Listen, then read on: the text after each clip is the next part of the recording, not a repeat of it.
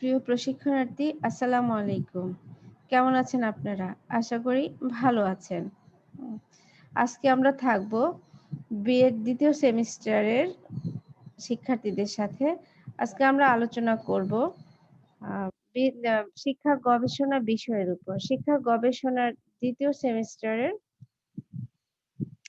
যে ৫ম ইউনিট যেখানে তথ্য সংগ্রহের কৌশলগুলো আছে, সেই কৌশলগুলো নিয়ে আমরা মূলত আলোচনা করব। সেই আপনাদের আলোচনায় আমি আপনাদের সাথে আছি। ডক্টর মাহমুদা মামুন, সহকারী অধ্যাপক, সরকারি টিচার্স ট্রেনিং কলেজ, রাজশাহী। এখানে আমরা স্ক্রিনে কিছু প্রশ্ন দেখতে পাচ্ছি। একটা না, বেশ কয়েকটা প্রশ্ন। অর্থাৎ এখানে কিছু প্রশ্ন আজকে আমাদের আলোচ্য বিষয়ের সাথে জড়িত আছে। কিছু প্রশ্ন এবং একটা না কিছু প্রশ্নের সমষ্টি। এই কিছু প্রশ্নের সমষ্টি নিয়ে যখন একটা পত্র তৈরি করা হয়, তখন তাকে বলা হয় প্রশ্নপত্র। এবং সেই প্রশ্নপত্র বা প্রশ্নের চিঠিটা কি করব আমরা গবেষক সেটা তৈরি করে কার কাছে পাঠাবো? উত্তরদাতার কাছে। এর এই চিঠির মাধ্যমে প্রশ্নের মাধ্যমে আমরা তথ্য সংগ্রহ করব। চিঠির আজকের আলোচ্য বিষয় হলো প্রশ্নপত্র। চিঠির মাধ্যমে তথ্য সংগ্রহ করার যে কৌশল, সেই কৌশলকে আমরা মূলত প্রশ্নপত্র এটা স্বাভাবিকভাবে বলতে পারি। এবার আমরা দেখি যে এই পাঠ শেষে শিক্ষার্থীরা কি শিখবে? হুম? এই পাঠ শেষে শিক্ষার্থীরা আ প্রশ্নপত্র কাকে বলে সেটা বলতে পারবে। প্রশ্নপত্র কত ধরনের সেটা বলতে পারবে। প্রশ্নপত্রের সুবিধাগুলো কি, কি তা লিখতে পারবে এবং এর যে অসুবিধাগুলো আছে সেটাও তারা বলতে পারবে। অর্থাৎ আজকে পাঠের এই উপরোক্ত শিখন ফলগুলো তা তারা অর্জন করবে। এবার আমরা দেখি যে প্রশ্নপত্র বলতে কি বুঝি? একটু আগে আমি যেটা বলছিলাম যে সাধারণভাবে প্রশ্নপত্র বলতে বোঝায় এটা কিছু প্রশ্ন থাকবে এবং একটা প্রশ্ন দিয়ে প্রশ্নপত্র হবে না। সেখানে প্রশ্নের সমষ্টি কিছু সমাহার হলো। প্রশ্নপত্র হচ্ছে কিছু প্রশ্নের সমাহার যে প্রশ্নগুলো থাকবে গবেষণার সাথে সংশ্লিষ্ট। অর্থাৎ আমরা এবার দেখি যে প্রশ্নপত্র বলতে আসলে আমরা কি বুঝি? একটু বইয়ের ভাষায় দেখি। যে শিক্ষা গবেষণায় তথ্য সংগ্রহের গুরুত্বপূর্ণ কৌশল হচ্ছে প্রশ্নপত্র। হুম। প্রশ্নপত্র হচ্ছে নির্দিষ্ট ক্রম অনুযায়ী মুদ্রিত কতগুলো প্রশ্নের সমষ্টি। যেই প্রশ্নের সমষ্টিগুলো হলো কি একটা নির্দিষ্ট ক্রম অনুযায়ী সাজানো হবে অর্থাৎ ধারাবাহিকভাবে সাজানো হবে। এলোমেলো প্রশ্ন না।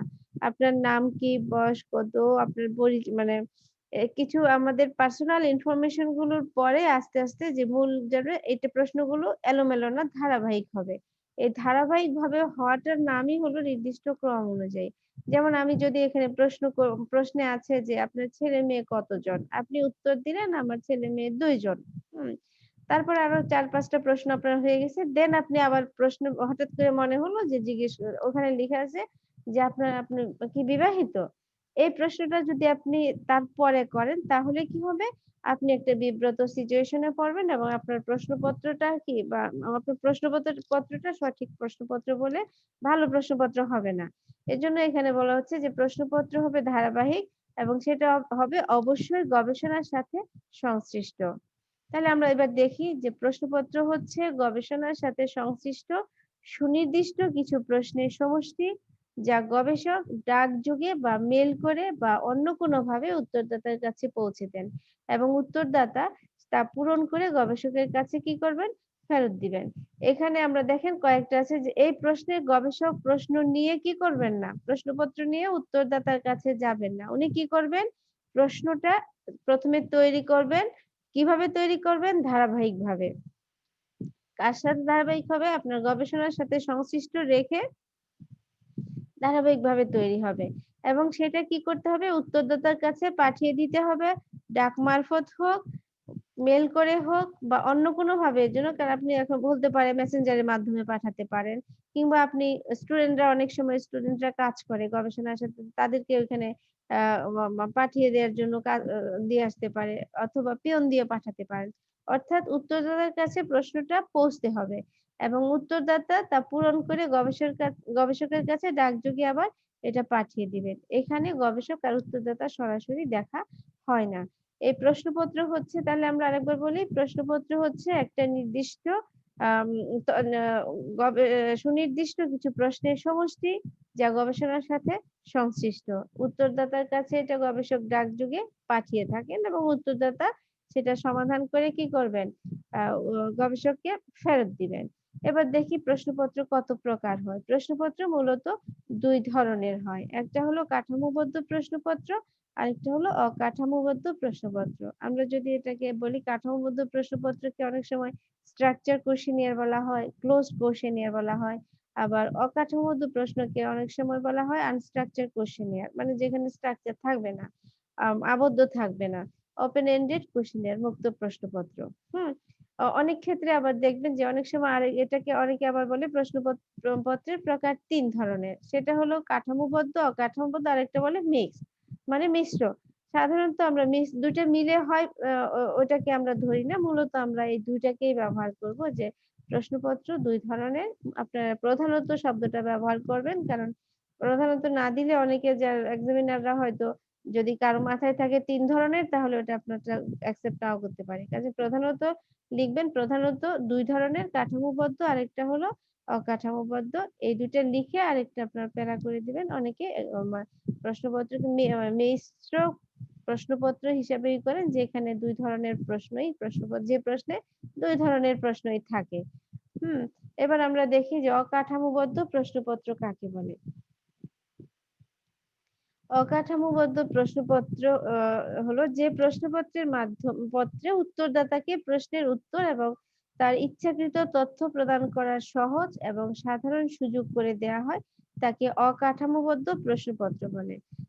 অর্থাৎ এখানে উত্তরদাতাকে কি করবে? প্রশ্ন দেয়ার জন্য ক্ষেত্র তৈরি করে দিবে, প্রশ্নের মধ্যে জায়গা রাখবে এবং উত্তরদাতা কি করবেন? তার ইচ্ছামতো উত্তরটা সেখানে লিখবেন।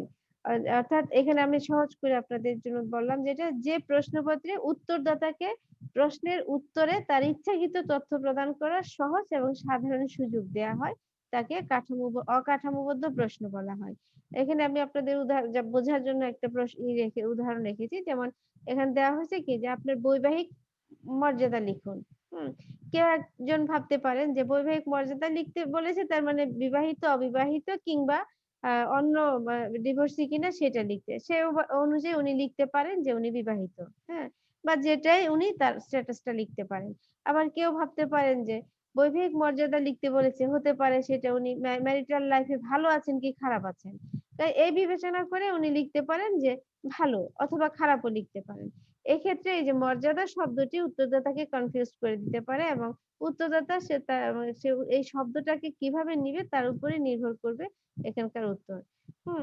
তার মানে এখানে যে প্রশ্নটা থাকবে এখানে উত্তরদাতাকে একটা ক্ষেত্র উন্মুক্ত করে দেয়া হয়। যে আপনি আপনার মতো করে উত্তরটা দেন।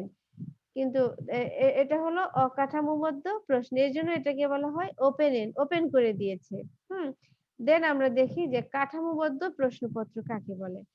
কাঠামোবদ্ধ প্রশ্নপত্র হচ্ছে আমরা যে প্রশ্নপত্রে প্রশ্নের সম্ভাব্য বিকল্প উত্তরগুলো দেয়া থাকে এবং উত্তরদাতা উত্তরগুলোর মধ্য থেকে তার পছন্দক্রম অনুযায়ী নির্দিষ্ট কি করেন নির্দিষ্ট উত্তর তার পছন্দের উত্তরটা নির্দিষ্ট করতে পারেন তাকে কাঠামোবদ্ধ বা আবদ্ধ প্রশ্ন বলা হয়। এখানে প্রশ্নপত্রের মধ্যে সম্ভাব্য অনেকগুলো উত্তর কি করা দেয়া থাকবে এবং উত্তরদাতা তার ইচ্ছা অনুযায়ী সেখান থেকে তার পছন্দ অনুযায়ী একটিতে বেছে নিবেন এবং যেটা বাছবেন সেটাতে টিক চিহ্ন দিবেন। হ্যাঁ? যেমন আমি এখানে আপনাদের বোঝার জন্য একটা উদাহরণ দিয়েছি। আপনার বৈবাহিক মর্যাদা লিখুন। এখানে নির্দিষ্ট করে দিয়েছি বিবাহিত, অবিবাহিত, বিধবা বা অন্যান্য। তাহলে অন্যান্য কি? সে ডিভোর্সি হতে পারে, সেপারেশন হতে পারে বা আরো যদি কিছু থাকে সেটাও হতে পারে। হুম? এজন্য বলা হচ্ছে যে এখানে প্রশ্নের উত্তরগুলো কি করা হয়? নির্দিষ্ট ফ্রেমে আটকে দিয়েছে। এজন্য একে আবদ্ধ প্রশ্নপত্র বলা হয়। দেন আমরা দেখি আরেকটা বিষয় যে এ এ আমা প্রশ্নপত্র সুবিধাগুলো কি, কি? হুম?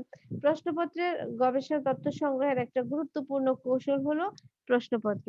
এই এই এইখানে প্রশ্নপত্রের অনেক সুবিধা আছে। সেই সুবিধাগুলো কি? সাধারণত আমরা দেখি যে প্রশ্নপত্রের সবচেয়ে বড় সুবিধা হলো যে এটা কম ব্যয় সাপেক্ষ। তার মানে কম ব্যয় সাপেক্ষ আমরা কেন বললাম? যে এইটা গবেষক যদি সাক্ষাৎকারের জন্য কি করতে হয়? প্রত্যেকটা ইন্টারভিউয়ার কাছে যেতে হয়, উত্তরদাতার কাছে যেতে হয়, রেসপন্ডেন্ট সেখান থেকে তাকে বসায় রেখে উত্তরটা আনতে হয়। কাজে এটা যেরকম সময় সাপেক্ষ সেইরকম কি ব্যয় সাপেক্ষ। কিন্তু এখানে প্রশ্নপত্রের মাধ্যমে কি করেন গবেষক একসাথে অনেকগুলো প্রশ্ন একটা প্রশ্ন লিখে অনেকগুলো সেটা কপি করে নিতে পারেন। নিয়ে উনি ডাকযোগে বা অন্য কোনো মাধ্যমে সেটা পাঠিয়ে দেন। এই যে পাঠিয়ে দিলে উনার কাজ মোটামুটি অনেকটা সহজ হয়ে যায়। তাহলে আমরা ওইটা বলতে পারি যে প্রশ্নপত্রের সবচেয়ে বড় সুবিধা হলো এই যে ইহা কম ব্যয় সাপেক্ষ। দেন আরেকটা বড় সুবিধা হলো যে বড় গবেষণার জন্য ইহা প্রযোজ্য। সাধারণত যে গবেষণাগুলো বিস্তৃত এলাকা জুড়ে হয় সেখানে এই প্রশ্নপত্র অধিক কার্যকরী হয়। আবার কিছু জায়গা আছে যেখানে রিমোট এলাকা যে সহজে যাওয়া যায় না। সেই ক্ষেত্রেও কি করা এই প্রশ্নপত্রটা সহজ হয়। পাহাড়ি এলাকায় আপনি আ যদি গবেষণা করতে চান, এক বাড়ি থেকে আরেক বাড়ির দূরত্ব অনেক বেশি। হুম? সেক্ষেত্রে ফেস টু ফেস গিয়ে কাজ করাটা কঠিন হয়। সেই তুলনায় এটা করা সহজ হয়। যদি আমাদের আমরা যদি বলি যে আমাদের ১৭ কোটি মানুষের উপর যদি আমরা ১৭০০ নেই, তাহলে আমাদের কি হবে না? স্যাম্পল সাইজটা ভুল মানে আশাব্যঞ্জক হবে না। উত্তরও সেটা কি হবে না? নির্ভরযোগ্য হবে না। কাজেই যখন মোটামুটি একটা স্যাম্পল সাইজটাও আমাকে ওই আকারেই নিতে হবে। এজন্য বলা হয় বড় গবেষণায় প্রশ্নপত্র অধিক কার্যকরী। পাশাপাশি এখানে যেহেতু ব্যক্তিগত কোনো সাক্ষাতের সুযোগ থাকে না, তাহলে কি হয় ব্যক্তিগতভাবে উত্তরদাতাকে বা রেসপন্ডেন্ট কে বায়াস করার কোনো সুযোগ থাকে না। কাজেই আমরা বলতে পারি যে এটা হলো পক্ষপাত দোষে দুষ্ট থাকে না। এটা অন্যান্য কৌশলগুলোর তুলনায় এটা অধিক সহজ হয়। আর সহজ হয় এবং যেহেতু পক্ষপাত উম আ দুষ্টতার মুক্ত থাকে কাজেই এখানকার তথ্যগুলো অধিক নির্ভরযোগ্য হয়। আবার আমাদের জীবনে এমন কিছু বিষয় আছে যেগুলো অত্যন্ত স্পর্শকাতর। স্পর্শকাতর কি?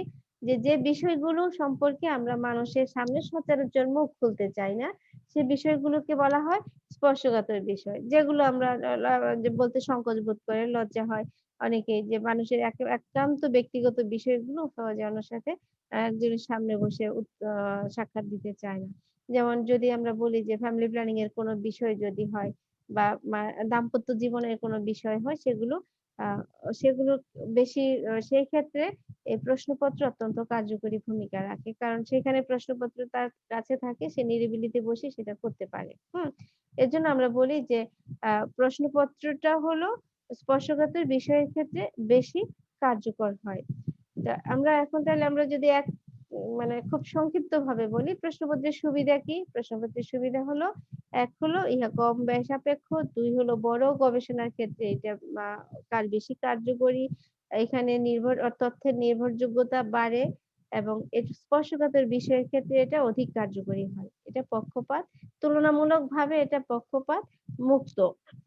এবার দেখি প্রশ্নপত্রের অসুবিধা। যেখানে সুবিধা আছে তার উল্টো দিকে কিছু অসুবিধা থাকবে। এটা খুবই স্বাভাবিক। তাহলে আমরা দেখি যে অসুবিধা কি? প্রশ্নপত্রের সবচেয়ে বড় অসুবিধা হলো যে এটা নিরক্ষর জনগোষ্ঠীর জন্য প্রযোজ্য না। প্রশ্নপত্র যেহেতু পড়ে উত্তর দিতে হবে, কাজেই উনি যদি পড়তে না পারেন, যে জনগোষ্ঠী পড়তে পারে না তার জন্য এটা একেবারেই অনুপযোগী। বিশেষ করে আমাদের ৩য় বিশ্বের উন্নয়নশীল দেশগুলোর জন্য এটা তেমন কার্যকরী হয় না।